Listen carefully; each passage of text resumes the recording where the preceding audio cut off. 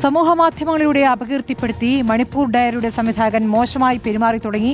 കുംഭമേളയിലെ viral പെൺകുട്ടിയുടെ പരാതിയിൽ police കേസെടുത്തിരിക്കുകയാണ്. സമൂഹമാധ്യമങ്ങളുടെ അപകീർത്തിപ്പെടുത്തിയതിന് VHP നേതാവ് അനിൽ വെളയിൽ അടക്കമുള്ളവരാണ് പ്രതികൾ.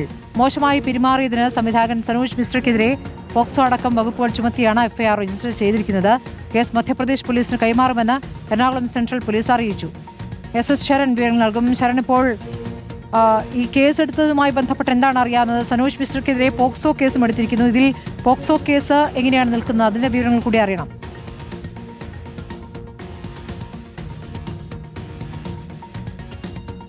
സ്മൃതി, എല്ലാ പരാതിയും കൂടി ചേർത്ത് ഒറ്റ കേസായിട്ടാണ് സെൻട്രൽ പോലീസ് എടുത്തിരിക്കുന്നത്. ഇന്നലെ വൈകിട്ടാണ് ഇത് സംബന്ധിച്ചുള്ള പരാതി പെൺകുട്ടിയുടെ ഭാഗത്തു നിന്ന് ഉണ്ടാകുന്നത്. അതിന് പിന്നാലെ പെൺകുട്ടിയുടെ മൊഴി രേഖപ്പെടുത്തിയ ശേഷമാണ് സെൻട്രൽ പോലീസ് കേസ് എടുത്തിരിക്കുന്നത്. പ്രധാനമായും പെൺകുട്ടി പരാതിയായി നൽകിയിരിക്കുന്ന രണ്ട് കാര്യങ്ങളാണ്. ഒന്ന് തന്നെ സമൂഹ മാധ്യമങ്ങളുടെ വലിയ രീതിയിൽ തന്നെ അപകീർത്തിപ്പെടുത്തുന്നു. ഈ ലവ് ജിഹാദ് അടക്കമുള്ള കാര്യങ്ങൾ പറഞ്ഞുകൊണ്ടാണ് തന്നെ അപകീർത്തിപ്പെടുത്തിയെന്നുള്ളതാണ്. അതിലാണ് VHP നേതാവ് അടക്കം, അതായത് VHP നേതാവായ അനിൽ വിളയിൽ അടക്കമുള്ളവരെ പ്രതി ചേർത്തിരിക്കുന്നത്. ഇതിന് പുറമെ തന്നെ ഈ കേസിൽ തന്നെ മറ്റൊരാൾ കൂടി പ്രതിയായിട്ടുണ്ട്. അത് മണിപ്പൂർ ഡയറിയുടെ സംവിധായകനായ സനോജ് മിശ്രയാണ്. നമുക്കറിയാം, നേരത്തെ സനോജ് മിശ്രയ്ക്കെതിരെ വലിയ ആരോപണമാണ് പെൺകുട്ടി ഉയർത്തിയിരുന്നത്. എറണാകുളം പ്രസ് ക്ലബ്ബിൽ വെച്ച് നടത്തിയ വാർത്താ സമ്മേളനത്തിലാണ് അത്തരത്തിലൊരു അലിഗേഷൻ ഈ പെൺകുട്ടിയുടെ ഭാഗത്തു നിന്നുണ്ടായിരുന്നത്. ഈ സിനിമാ സെറ്റിൽ വെച്ച് മോശമായി പെരുമാറിയെന്നുള്ളായിരുന്നു പരാതി. ഈ സംഭവം നടന്നിരിക്കുന്നത് നേപ്പാൾ അടക്കമുള്ള സ്ഥലങ്ങളിലാണ്. അതുകൊണ്ട് തന്നെ ഈ കേസ് ഇപ്പോൾ രജിസ്റ്റർ ചെയ്തിരിക്കുന്ന കേസ് ഈ മൊത്തമായിട്ട് തന്നെ ഈ കേസ് മധ്യപ്രദേശ് പോലീസിന് കൈമാറും എന്നുള്ളത് കൂടിയാണ്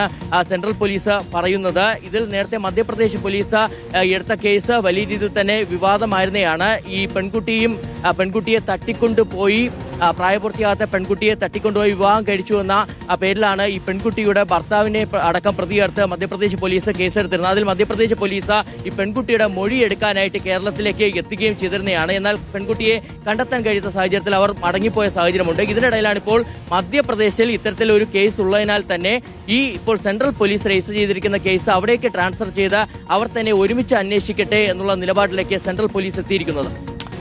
ശരി, SS ശരണാണ് വിവരങ്ങൾ നൽകിയത്.